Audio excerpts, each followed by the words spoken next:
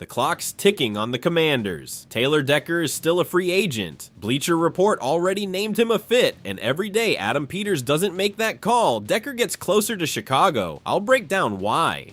But the real fire is at center. Nick Allegretti went down again, leaving just 2 combined NFL snaps protecting Jaden Daniels. And in the middle of the chaos, rookie Athan Kaliakmanis showed up Saturday and made the starting offense look like Jeb Ray's hail. Okay, let's start with the most expensive and most urgent problem on the entire Commanders roster right now, and it's a front office decision problem, not a talent problem. On August 16th, during one-on-one drills, Laramie Tunsil tore his triceps. 5-time Pro Bowler, the best offensive line signing Adam Peters has made during his tenure. The guy who came over in a trade from Houston before last season and earned a 2-year, $60.2 million extension in March. That player probably doesn't play a single snap in 2026. And the question that should be burning up Peters' phone right now is simple. Who protects Jaden Daniels' blindside during a whole contention season? The organization's official answer came fast. Almost too fast for my taste. Dan Quinn announced that Brandon Coleman would move back to left tackle, the position he played during his rookie year in 2024, leaving behind the battle he was in at left guard against Chris Paul. And when Quinn got asked directly if they were going outside to find help, the answer was so dry it almost hurt to hear it. Not today. That was it. Not one more word. ESPN's Jeremy Fowler confirmed it independently that same week. The organization plans to handle this with an internal option, not a free agent signing. And look, I get the logic on paper. Coleman started 18 games at left tackle over his career, including 12 during his rookie season, and he filled in for Tunsil over the last 3 games of last year without the offense falling apart. That's not nothing, bro. That's a real track record. But, and here's where my problem with this decision starts, Coleman got moved to guard this very offseason precisely because the organization brought in Tunsil and Josh Connerly Jr. to cover both tackle spots. In other words, the same front office that decided Coleman was better suited at guard 6 months ago is now telling us Coleman is the emergency answer at left tackle. Something doesn't add up there. Either they were wrong in March or they're wrong right now.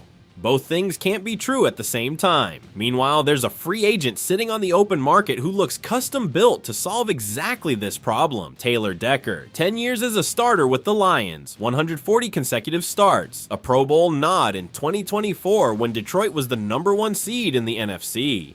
He asked for his release from Detroit this offseason after they asked him to take a pay cut, and he's been unsigned ever since. 33 years old, yeah, not a 25-year-old anymore, but according to Pro Football Focus, Decker closed out 2025 with an 89.3% pass block win rate, the second lowest of his career, which honestly is still a solid number for a tackle his age. And here's the part that genuinely has me scratching my head. Decker isn't a stranger to this organization. He spent 3 seasons in Detroit with David Blau, the same man who's now the Commanders' offensive coordinator, and assistant general manager Lance Newmark spent 8 years as the Lions' director of player personnel, the same stretch when Decker was the cornerstone of that line. Newmark personally scouted Decker when Detroit drafted him in the first round back in 2016. This isn't some random name somebody throws out on Twitter for clicks. This is the kind of direct connection, the kind of shared history that in this league usually turns into a phone call within 48 hours. John Kame, the ESPN insider who's covered this team for years, said it plainly on his podcast. Taylor Decker is a guy who played for Detroit, was very good for 10 years, asked for his release in March, and he's still unsigned. Kame was careful to clarify he wasn't reporting confirmed interest from Washington. But he also asked the question that actually matters. If the team does reach out, would Decker be willing to come compete for a starting job, or would he only take it if it's guaranteed up front? That's the real question, bro, because a player with Decker's resume doesn't necessarily want to come in as a glorified backup. On August 21st, Christopher Knox of Bleacher Report named the Commanders as one of the 2 best landing spots for Decker, alongside the Chicago Bears. Here's basically what Knox laid out about Decker's market situation. His experience should be valued, given that he started all 140 games he appeared in, but his age and recent performance should leave him open to a modest incentive-laden deal. Translation: this isn't a $50 million signing. This is a low-risk patch with a very high tactical upside, and that's exactly where my frustration with Peters gets sharper.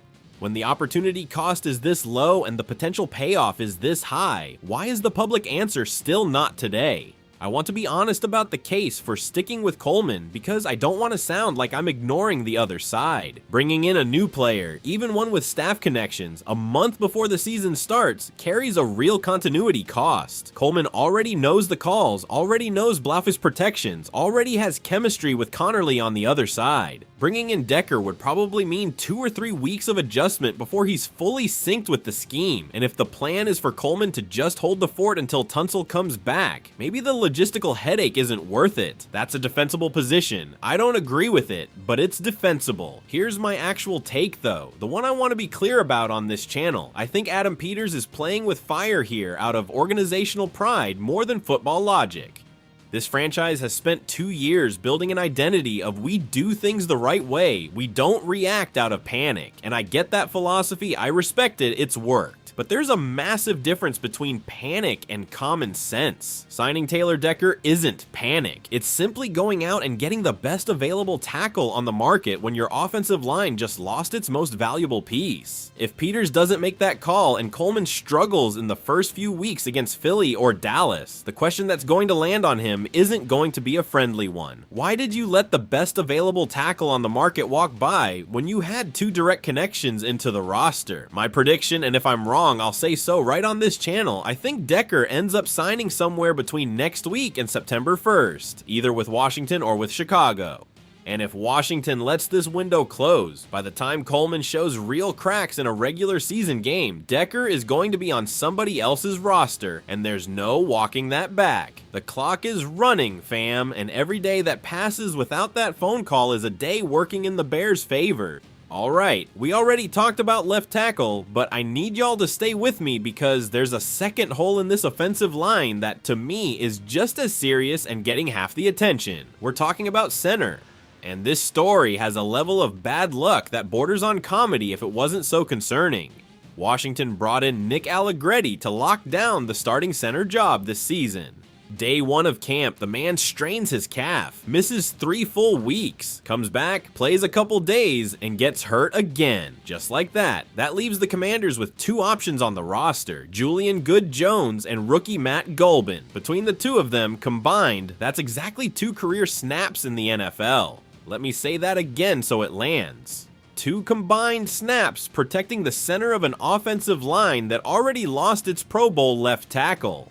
This is a red flag flashing on Adam Peters' dashboard, not just some minor roster inconvenience. Dan Quinn, who's normally the most measured, least dramatic coach in this whole league, admitted it publicly after Saturday's 17-13 loss to the Lions. His exact words were, "So, we got work to do to figure out where we want to get to at center."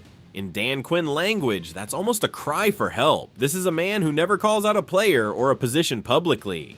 If Quinn says that in front of the microphones, it's because the problem is real and they still don't have a solid plan to fix it. Look, the organization keeps insisting Allegretti will be ready for week 1. Might be true, but being honest, we think he'll be ready isn't a strategy, it's a hope. And hopes don't protect Jaden Daniels from an interior blitz on a critical 3rd down against Dallas or against Philly. Brian Manning of Commander's Wire wrote something I agree with 100%. Peters' big mistake wasn't failing to predict Allegretti's injury. Nobody can predict a calf strain on day 1 of camp. The mistake was not signing a backup with real NFL experience as insurance. That's the kind of decision you make back in March, not in August when you're already up against the clock. And here's a name Commander's Wire put on the table that honestly sounds like common sense to me. Graham Glasgow, 34 years old, 10 seasons as a veteran, 147 games played, and 136 starts. He's played guard and center his whole career. The Lions moved on from him earlier this year in what looked like a cost-cutting move. Not because he lost anything on the field. Glasgow probably only wants to sign if he's guaranteed a starting spot, and that guarantee is unrealistic in Washington right now. But fam, in an emergency situation like this, you make the call anyway. It costs nothing to ask. Let's get into the tactical jargon for a second because I think a lot of people underestimate what it means to play center with 0 real experience. Center isn't just the guy who snaps the ball and blocks straight ahead. He's the one making the protection calls, the one reading the blitz before it even shows up, the one adjusting the blocking scheme based on how the defense disguises its look right before the snap. He's literally the logistical brain of the entire offensive line in real time. Putting a player with 0 or 1 snap of experience in that role against NFC East defenses that are gonna throw disguised blitzes constantly specifically to confuse rookie centers, is playing with fire in a different way, but just as dangerous as the Decker situation. Now, I want to be fair to the other side of this story. Julian Good-Jones isn't some guy off the street with 0 professional football experience. He's been on NFL rosters in past years and knows the system, even if he hasn't logged meaningful snaps in real games. And Matt Gulbin, the rookie, came in with a good scouting reputation as a player with natural line instincts, even though he obviously still has to prove it under the lights on a real Sunday. I'm not saying these two guys are a guaranteed disaster.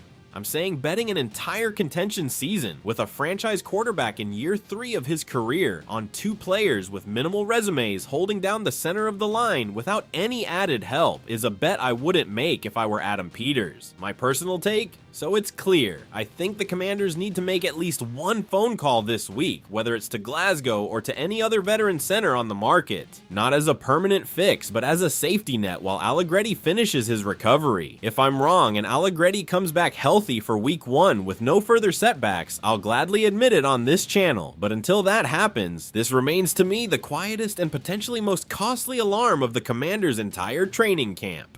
Alright, after 2 stories that had me with my eyebrows raised, I needed something to put a smile back on my face this weekend, and that something is named Athan Kaliakmanis. Quick context on the game: the Commanders fell 17-13 to the Lions on Saturday in Detroit in what was, overall, a preseason game without a ton of surprises for anyone following this team closely. Jaden Daniels started as expected, but only played 1 series. 3 and out, a sack, 1 incomplete pass attempt, and out. Daniels himself explained it after the game with a line that struck me as perfectly calm, very on brand for him. I'm not worried about playing time. Any reps are good. We know we've got the foundation of our offense in place, so now we can focus on game planning as we get closer to that first real game. That calm, that we already did the heavy lifting, now it's about fine-tuning approach, is exactly the kind of maturity you want to see from a quarterback heading into year 3. But the real star of the night was the 3rd quarterback in the rotation, rookie Athan Kaliakmanis. 11 of 14 passing, 162 yards, and he led an 11-play, 78-yard drive in the second half. To put it in perspective, Detroit sat almost all of its defensive stars, Aiden Hutchinson included, so this wasn't against the best talent the Lions have to offer. But bro, within that context, Kaliakmanis looked comfortable, looked like he had timing, looked like someone who understands the scheme and isn't just reacting play to play. That's not nothing for a rookie in his 2nd professional preseason. Now, the first exciting moment of the game didn't come from the offense, it came from the defense, and with a little extra flavor. On the 2nd snap from scrimmage, former Lion Amick Robertson forced a fumble on Joshua Dobbs, Detroit's backup quarterback, at the 18-yard line. Both teams had a shot at recovering it, but the ball ended up bouncing into the end zone, and Joshua Josephs fell on it to make it 7-0 Washington in just 51 seconds of game time. That's the kind of play that almost never means anything long-term in preseason, but it does tell me something about the mentality of this defense under Durante Jones. Aggressive, hunting the ball, not afraid to take risks in early down and distance situations. Dobbs, to his credit, responded like a veteran is supposed to. He got intercepted on Detroit's 2nd drive, but on the 3rd, he faked a handoff and ran 50 yards for the tying touchdown. Dobbs explained it afterward with a philosophy that struck me as genuinely solid. He said he always tries to stay even-keeled, no matter whether the last play was good or bad, and that he just focuses on the next play and how he can improve. It's a locker room cliche, sure, but it's the kind of cliche that at the highest level of football actually separates the guys who survive long careers from the ones who don't. Washington took the lead back with a 27-yard field goal from Drew Stevens with 8 minutes 45 seconds left in the 3rd quarter, capping an 11-play, 78-yard drive led by Kaliakmanis to open the second half. The Lions ended up taking the game with a 1-yard touchdown run from Travion Williams late in the 3rd quarter and Jake Bates' extra point making it 14-10, plus a later field goal to seal the 17-13 final. On the injury side, Detroit had a couple of scares worth a quick mention. Offensive lineman Michael Neese was carted off with a leg injury and left the stadium on crutches. Running back Jabari Small entered concussion protocol, and receiver Cedric Wilson Jr. suffered a knee injury that's still being evaluated, with head coach Dan Campbell himself admitting he's worried about the diagnosis. None of this directly involves Commanders players, but it's always worth keeping on the radar when it comes to next season's opponent watch list. My take on all of this is simple, fam. In preseason, you never want to overreact to a result, not even to an individual performance like Kaliakmanis had, because the quality of the defensive competition just isn't the same as what you'll see in week 5 of the regular season. But what I can say with confidence is this: every time a third-string rookie quarterback goes out and plays with that level of control, it builds confidence capital in that locker room and gives Dan Quinn one more piece of mind in case of a real emergency at the position. I don't think Kaliakmanis is taking anybody's job this year, and he shouldn't. But if this team ever needs that third quarterback in a game that actually counts, after this Saturday, I feel a little more at ease than I did before. And that, in preseason, is exactly the kind of story worth going out and finding. The Commanders close out their preseason on Friday in Baltimore, the last exam before the stuff that actually matters begins.